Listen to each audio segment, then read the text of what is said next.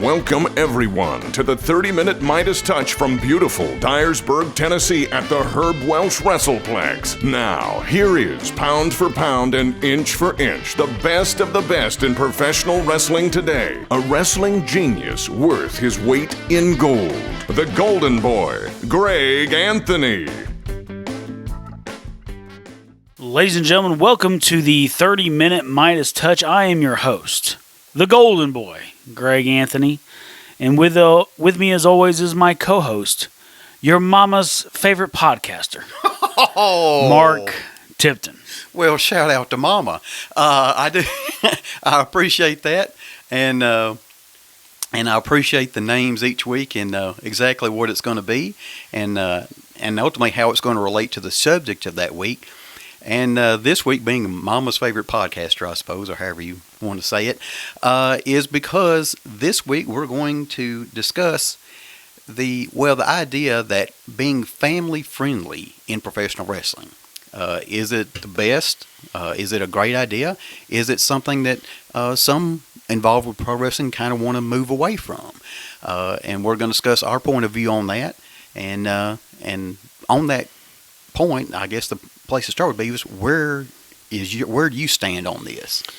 Yeah, where I stand on this is obviously it's one of those things we talk about. We talk about this every week. My thought process has changed over the course of my career, the course of my life, things like that.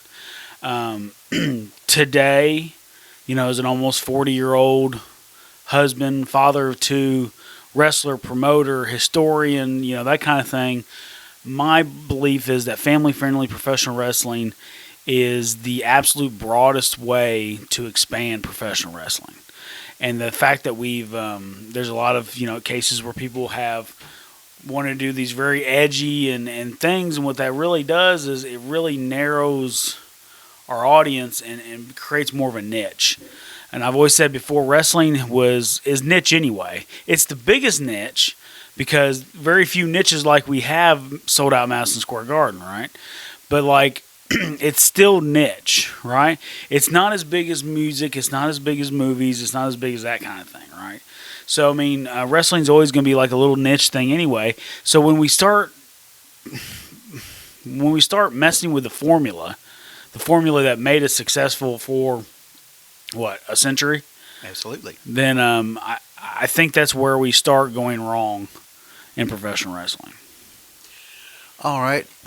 I guess, the first way I want to attack this, if we could, is let's go at it. It oftentimes gets portrayed as a kind of a morality issue.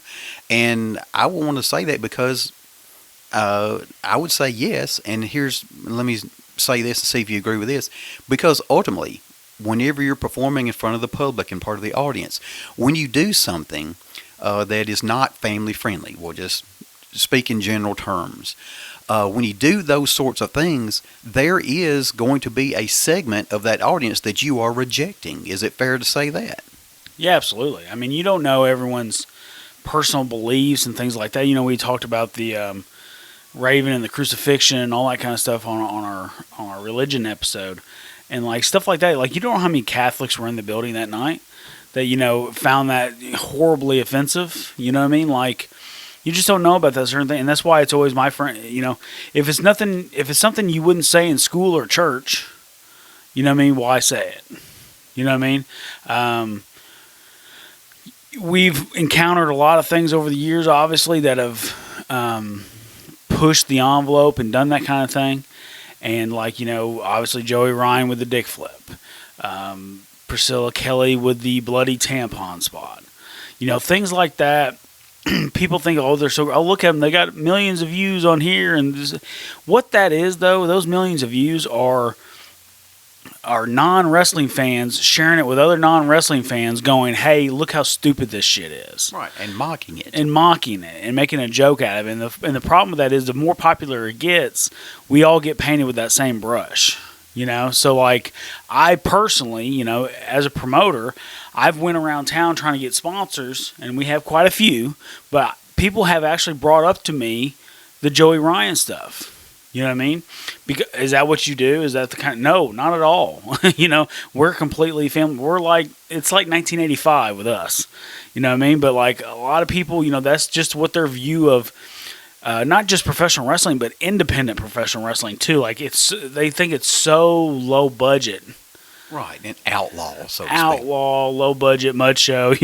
All those phrases. All those phrases, yeah.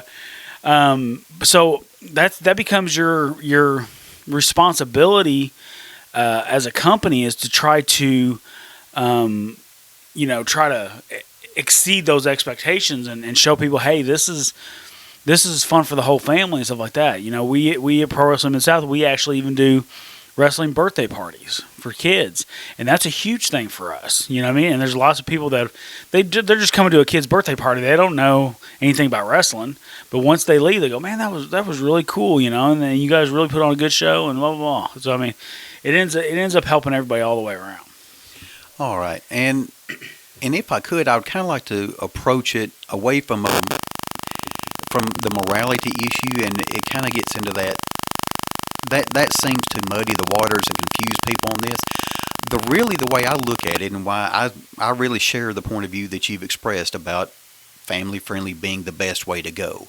Let me put it this way, and I want to come at it in business terms.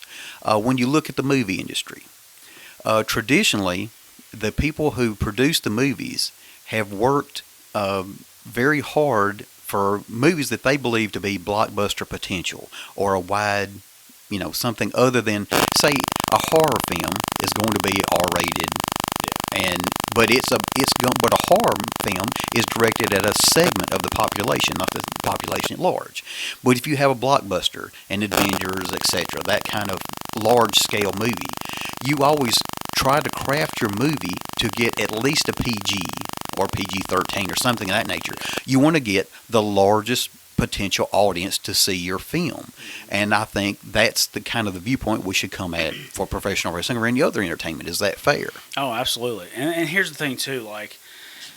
And this is something I tell people all across town. Listen, we want to project a good image for the kids, and we want kids to become wrestling fans, because if you become a wrestling fan when you're 5 years old, you might be a wrestling fan for the rest of your life. And we've just created a customer for the rest of our lives. Like you and I both have been lifelong wrestling fans because, at a very young age, we had that connection, right?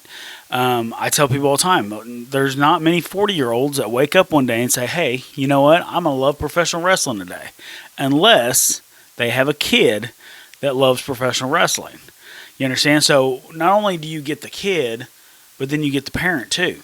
You understand? So you're 2 for 1 if you want to go that route. So yeah, from a business standpoint, it's always better to try to broaden their perspective. And like I tell everybody, our shows, you can bring your 7-year-old daughter or your 7-year-old grandmother. You know what I mean? And you're going to be just fine. You're not going to hear anything that's going to bother you, I don't think. I mean, obviously there's violence involved because it's professional wrestling, but we don't do anything grotesque or anything, too extreme. All right. Well, I may circle back to some of that terminology you just used, but I do want to say that, and I'm sure I've said this at some point before, throughout my time of watching professional wrestling, that the 2 most frequently repeated words to me were next week. And what that means to me is that it's about thinking long term. Now, what you mentioned about some of the more infamous things that have happened that were not family friendly, but did get a big response at the time, is those things, in my opinion, don't draw a long-term audience. And that's what I want everyone to think about. I mentioned I saw Eric Bischoff was on the most recent episode of AEW, and he was announced as the host of 83 Weeks podcast, which makes me cringe every time I hear it, because in the end he lost. He had a great 83 weeks, but shortly thereafter, he was working for Vince McMahon. Right. And so he won the battle but lost the war. And professional wrestling is a long-term business. Is that fair to say? Oh, absolutely. I mean, I tell everybody this is a marathon, not a sprint. You know what I mean? I've been around for 21 years now, and I've legitimately outlasted 3 or 4 generations of up and coming wrestlers that are just, they wrestle for a couple years and can't take it, or for whatever reason get out of the business. So yeah, especially we always think long term. I think year to year. You know what I mean? Where do I want to be? For Glory Lasts Forever this year. So that's in October. So from October to October, I'm thinking about where I need to be. Also, with the long term stuff, it's like, it's continuing that storyline, but it all has to make sense in the same world too. And that's what a lot of people miss the boat on, is when they, not only are they just not thinking ahead, but some of it's not conducive with what their company is. Does that make sense? It'd be like watching Schindler's List, and all of a sudden Jim Carrey and Jeff Daniels showed up as Dumb and Dumber in the middle of it and did their whole shtick in the middle of Schindler's List. Like, that doesn't fit at all. You understand? Because completely two different things. So that's what happens. A lot of times wrestling companies and wrestlers lose their identities to the company themselves. That's why, like, a lot of people that come in, I have to have them, if they're more of an edgy gimmick, I have to have them tone it down for us. You know what I mean? Like, that's great. I love it. No big deal. But here, you need to do it like this. All right. And one last little thing, I want to approach the business approach, because professional wrestling is professional. It is a business. And that's one of the things that I think that needs to be reminded. But sometimes we get more interested in, well, this would be a great idea, or this would be an interesting match, or a good story to tell, or something. Whatever it is, that's fine, but not if it conflicts with your business interests. And you mentioned about going around and seeking sponsors. Well, sponsors are going to be hesitant to be involved with a product that is not family friendly. That's fair to say. You heard it mentioned at your level, and then we'll look at the WWE and AEW. They're both dealing with large corporations. In the WWE just made the deal with for the Peacock streaming, which is dealing with NBC Universal. Of course, the AEW's on TNT, soon to move to TBS, which is you're dealing with Time Warner Corporation. And those are going to be, now AEW has pushed the limit a little bit, and I'm a little bit concerned about it, but they haven't gone too far yet. Well, I mean, they have improved, in my opinion. Let me say that in recent weeks. So is it fair to say that from a business point of view is something that wrestling and wrestlers should keep in mind, the appeal to sponsors? Yeah, absolutely. Especially with sponsors. Most time with sponsors too, it really just comes down to if the decision maker is a wrestling fan at all. If they have any kind of connection to wrestling at all, they think it's cool and stuff like that. But yes, being family friendly is a huge part of that. That's how I sell our company. It's, hey, we are a family professional wrestling. We're good for all ages. We do a lot for the kids. We do the birthday parties. We do all this kind of stuff. And people are a lot more open to, and the number one thing that most people say about me when they talk to me about wrestling is my passion for it.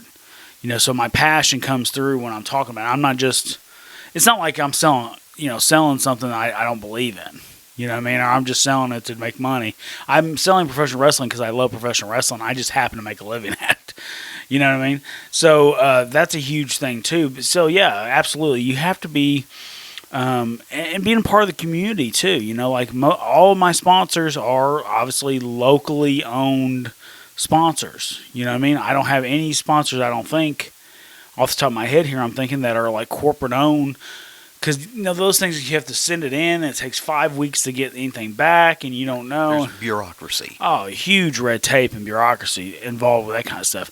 But when I can sit down with a guy that lives here in Dyersburg, and maybe I went to school with his kids, or, something, you know what I mean? And I can tell him, hey, this is what I do now for a living. I could really help your business.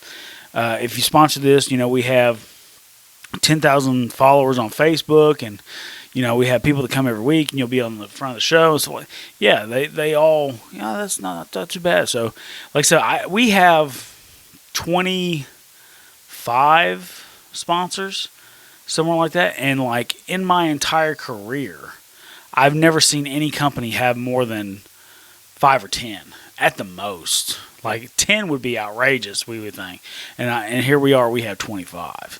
You know what I mean? So I think that really speaks volumes to what we've been able to project to the community.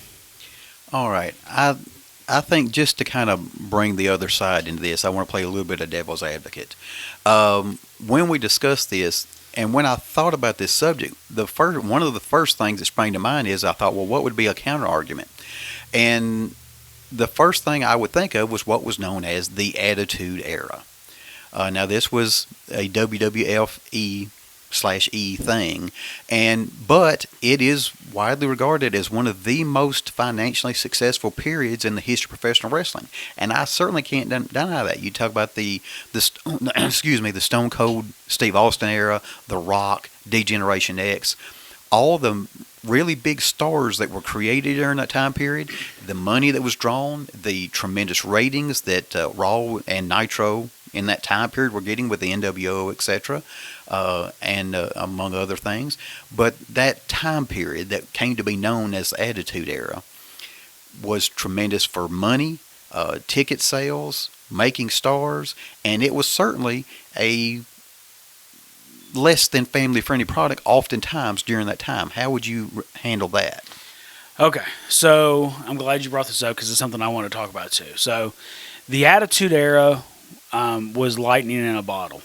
You understand? You couldn't do the Attitude Era today. You understand? That was the sign of the times. You know, the late 90s like that, Jerry Springer and all the really vulgar kind of stuff that were making its way into mainstream media and television, Howard Stern and, you know, all that kind of stuff, you know, that was all centered around that time frame, right? And what WWE did was, hey, we're going to go that right. We're going to push that envelope as far as we can fucking push it. And they did. I mean, they did outrageous things. You know what I mean? And what ultimately happened was they were hot-shotting. And for those of you who don't know what hot-shotting is, that is basically when you just do as many things as you can, as quickly as you can, to try to get the biggest reactions you can, to get the biggest return quickly. You're not thinking long-term at all. It's all very short-term thing. So when you hotshot, say you hotshot for a year, you're going to end up having a downfall for a year or maybe sometimes even longer. So what happened with the Attitude Era is, yes, we hotshot it for 2 or 3 years there, and then all of a sudden it started dying out, and they realized we need to change the game, and that's when they went to the PG era. But if you look at the Attitude Era, and you look at that time frame in WWF, they still follow the correct formula for a territory promotion. You understand? And still the core beliefs of professional wrestling. They still had good versus evil. They still had, the realism of this is a competition between two athletes. This is a spectator sport. They had a lot of that kind of stuff. And they also, they created stars from top to bottom. You understand? Like, today we could never have a pimp, a porn star, and a guy who wanted head all on the same show. You know what I mean? That's impossible. But like then it worked. And each one of those guys had a segment in the show. They weren't Stone Cold Steve Austin and they weren't The Rock, but they had their own segments in the show that were entertaining for that time period. Right. And the audience went along with it. I like the point you made about it being part of the times.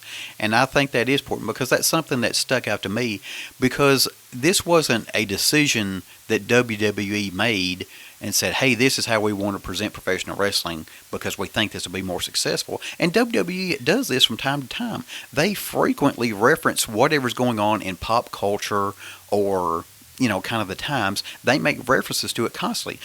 In my opinion, and you may disagree, but the WWE and professional wrestling in general tends to reflect popular culture more than direct popular culture. Is that fair? Yeah, I would say that, but also I think it's more... how can I put this? I don't think that there are some instances, obviously, where we're mimicking, the world around us. Obviously, like when Batista interrupted, I can't remember, someone an award, Right. and he interrupted. That was a play on Kanye. the Kanye West thing, obviously. There's been all kinds. They even had John Wayne Bobbitt on Raw with Val Venus during the choppy my pee. Yes. That was a big deal. So it's always kind of it goes hand in hand together, because here's the thing too: wrestling is a weekly product. You know what I mean? So they're able to get in on the entertainment value more than like a television show, for instance. If something happens today, it may be a month before they could record something to go on a television show, right? But with wrestling, if something happened Sunday, Monday I can put it on television. It's live, and we can do it. Same thing with us here at Pro Wrestling South. We do every Friday and every Saturday night. We do 125 events a year, and I've even done that where I don't know if you remember the movie Bird Box. Sure. That was on Netflix. Well, we did a Bird Box blindfold match in Ripley. You know what I mean? And a complete play off the movie, and it worked. You know what I mean? People understood, and they thought it was entertaining at the time. So I mean, yeah. I think we're, like I said, we're definitely a reflection society. I think in some ways we do direct a lot of stuff. It's just people don't realize it. You understand? Jay-Z doing the Diamond Cutter sign. There's been lots of things like that where wrestling just doesn't get enough credit for the things that they've created. And people just pillage them and then it's just wrestling. Yeah. It's just wrestling, and no one will ever know. Yeah, no one knows the difference. And and I'd like to stay on this track if we could. The way that I've thought about it that helps me understand this is when you talk about the Attitude Era, you're going to talk about Stone Cold Steve Austin. Well, the thing that comes to mind is, could Stone Cold Steve Austin, in the way he was presented, could that work in any other time period? Let's say he comes along 20 years later, or 15 years later, or whatever it is. Would that presentation work as well as it did in the 90s? Okay, here's the thing too. Great professional wrestlers, you should be able to take them and drop them in any era in professional wrestling, and they're going to work. So Stone Cold Steve Austin wasn't the first, anti-hero, kick-ass babyface.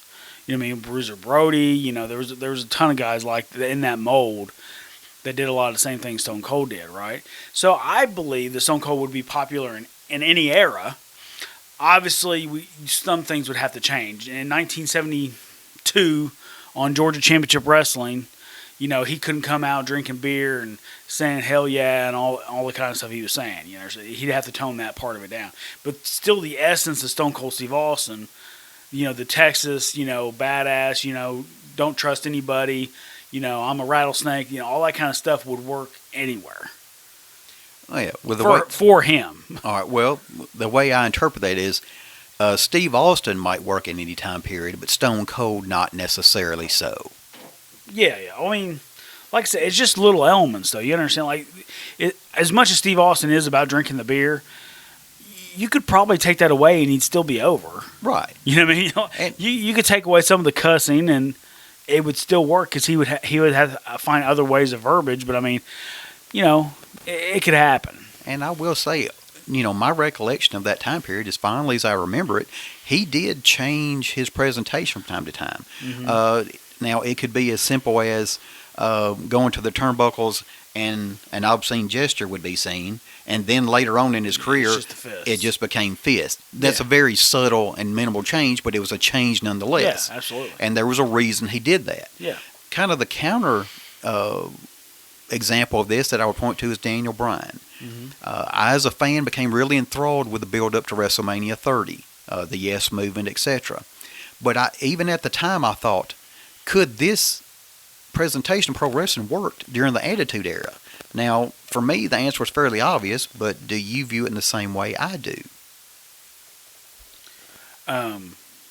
Say that last as far as Daniel Bryan being successful in the Attitude Era, so to speak. And that wouldn't have worked just because, and here, we talked about it before, I call it the WWE Conundrum. And basically what that is WWE told everybody that it was fake and phony and this is all movies and, we do this. And basically they just told everybody that for so long that people started believing that all the decisions made were arbitrary. You understand? Well, if so-and-so can be on top, well, why can't we just put this guy on top? There was no real talent involved, they didn't think, in the decision-making process. So what happened was when they would pick, WWE would pick a Roman Reigns, for instance. They would pick a Roman Reigns, and this is going to be our guy. And actually, the WWE Universe had picked him originally too. But the moment that WWE picked him and said, okay, this is the guy, and people realized that, the people shit all over it. And who do they turn to when they do that? They turn to the most anti-WWE guys that they have, Daniel Bryan, CM Punk. Those are the ones they usually turn to. So to me, I don't think CM Punk or Daniel Bryan, as good as they are, would have had the runs in another era. It really was right time, right place for them. Right, the anti-WWE guy. I like that. When you said that, the mental image that jumped to my mind was John Cena and Randy Orton promoting an upcoming match, but they had Daniel Bryan in the ring at the time for this, this segment, and the audience. Now, this was in Daniel Bryan's home area, near his hometown, so that played into it as well. But the audience absolutely ignored everything that was going on and began chanting his name so much that it disrupted the segment. Yeah. And that's one of the things, too. It's like someone should have foreseen that. You know what I mean? Right. And it's almost like they were almost spitting in the wind thinking, we'll send them out there and watch it. They don't want to give a shit. You know what I mean? And then it ruined the segment. You know what I mean? So, you have to think about things like you said in the long term. You know what I mean? So, putting him out there like that just damaged everybody, really.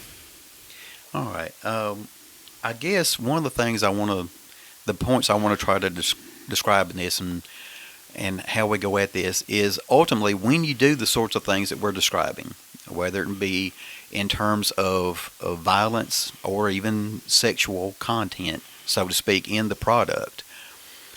The problem, it seems, that you ultimately face is where do you draw the line? Where do you stop? In professional wrestling, you're always trying to do better than your last match or your last show or whatever it is. And ultimately, the problem you create for yourself, that's because professional wrestling is a long-term thing, is where do you draw the line? Right. One of my buddies said that wrestling needs to be PG-13. You know what I mean? Just a little bit of edge, like you said, like to get the most people possible, that kind of thing.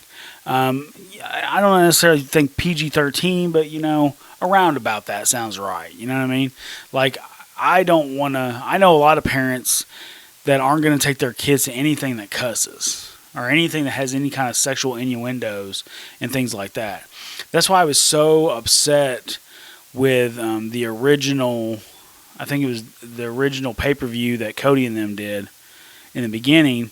Here's people that are I watched them. There was kids all in that crowd, right? And then Joey Ryan comes out with all the inflatable dicks. You know what I mean? And it's like, what about the 7-year-old? What about the guy that brought his 7-year-old daughter to that show, thinking he was coming to see a wrestling show, and now fucking there's a dozen hard dicks on the rampway. Does that make any sense in professional wrestling? And that's another, doesn't make sense for professional wrestling. Like when I go to a movie, if I go see a mob movie, of course I'm expecting some violence. I'm expecting someone to get whacked. You know what I mean? I go in with that expectation. But when I go to a wrestling show, and like when I go to a basketball game, I don't expect anything vulgar to happen at a basketball game. You know what I mean? I don't expect like someone to, I don't know, go up to half court and, do something during halftime that's, vulgar and should turn everyone off. You know what I mean? Like, there's certain levels of it. So, I mean, professional wrestling to me has always worked best in the family-friendly world, and we created the most fans with the family-friendly formula. So to me, if more wrestling companies followed that general guideline, I think they would see a huge upswing in their business. All right. And I suppose that one of the ways to bring it about and to see where use the WWE for this, because you mentioned they went to the PG type product, and it became kind of a point of derision among some fans. Yeah. But we did see a tremendous success for WWE when they did that. Now, the poster boy for this became John Cena. He became criticized heavily for this. But is it not fair to say that he was very, very successful? Oh, absolutely. I mean, yeah, and like just like the Make-A-Wish stuff alone, you know what I mean? Like, no one should really talk too badly about John Cena just because he's given so much of his time to those kids that, you know, were sick and obviously dying and things like that. So, and then the PG era was a prime example of that. You know, like if it was the Attitude Era, you know, could Stone Cold have went and done that? You know, it wouldn't have been the same, right? But John Cena was such a white meat babyface. He was so white meat that even when he was booed out of the building, he smiled at him and, you know, this is me. You know what I mean? Like, how beautiful is that? So, like, and that really changed a lot of the perception of, like we talked about, when people realized WWE was picking a guy, they tried to shit on him. You know, well, it didn't work with Cena. Because, like I said, too, like, I was at WrestleMania 31 and 32. So 31 was in California, right? And that's when he wrestled Rusev, right? Sure. Rusev came out, fucking huge ovation, over like a motherfucker.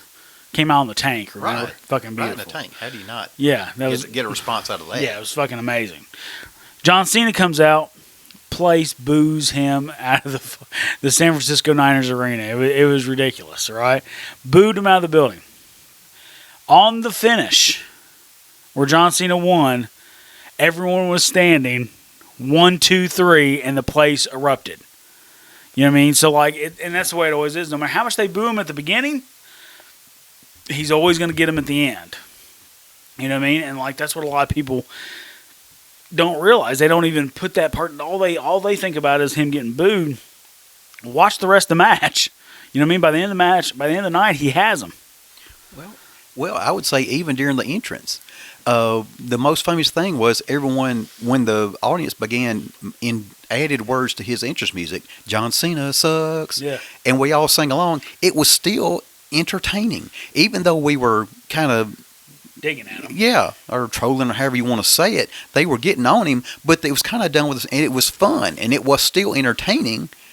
And it was something that the audience did, and so then they just went with it, and he kind of embraced and said, hey, yeah, go ahead and do that if you want to do that. I remember him stopping at ringside with people that say, you know, they would have T-shirts that, I hate John Cena, or Cena sucks, or whatever it is. He would stop and take pictures with those people and you know, and you know, promote it. Yeah, same thing with the Kurt Angle, too. I mean, but Kurt Angle was a heel, though. Right. And that was the thing, too. Like, to me, that just made more sense, obviously. And he'd get pissed off about him saying, remember when he actually eventually changed his song to it didn't have that same beat, so they couldn't do it anymore?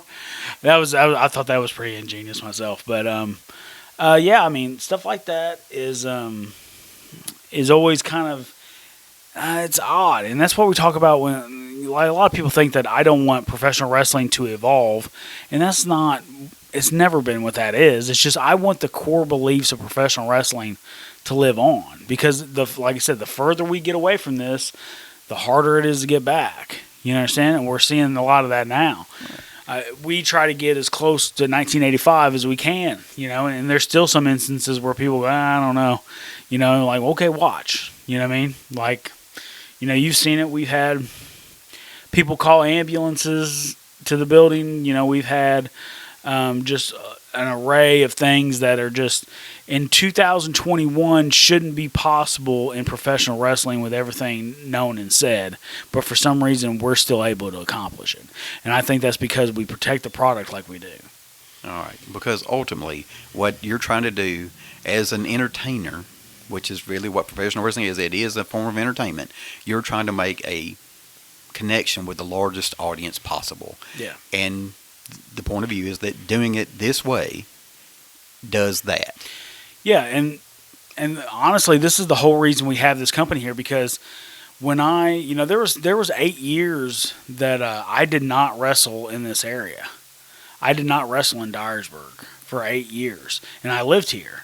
And like, I would tell people I was a professional wrestler, and they would turn their nose up at me and, oh, really? You know, like, you do that, you know, that thing. that hillbilly redneck, you know, trailer park kind of fucking thing. That's kind of what it was. And Yeah. there'd been so much negative attention to professional wrestling in the area because of drugs and alcohol and pedophilia and things of that nature, that it really just damaged professional wrestling altogether. So, like, when we started this company, it was, hey, let's change the perception of professional wrestling. Let's show people that, it can be this again, and I think, like I said, right now we'll be in business 7 years in October here in Dyersburg.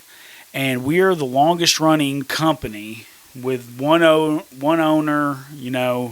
We had a name change, but that wasn't our fault. I mean, that was business. That was the business thing. So we had one name change, but one owner. Pretty much the same people in charge. All that kind of stuff for 7 years. That is the longest run in this area that I ever remember and ever heard about, to be honest. So I mean, it's a point of pride for us, just come out and do old school professional wrestling and teach guys a new way. We have guys from all over the country that come in just to wrestle here because they understand that we do that old school stuff. We got a guy in right now from Arizona. You know what I mean? We've had guys from Florida and Texas, and New York crew's going to be back next week. All right. I mean, just like we have all these guys from everywhere. We've had guys from Australia and Japan and England and Canada, and everyone's comes in, and everyone that comes in, man, they're like, I really, really like your show. I really like how you run things. I really like how you present professional wrestling. All right, I suspect our time is probably very short. Yeah, we are at 36 minutes. We will never be on 30 minutes. And to be family friendly, we don't want to overstay our welcome. True. So for myself, the golden boy, Greg Anthony, and for my co-host, your mama's favorite podcaster, Mark Tipton, thank you and goodbye.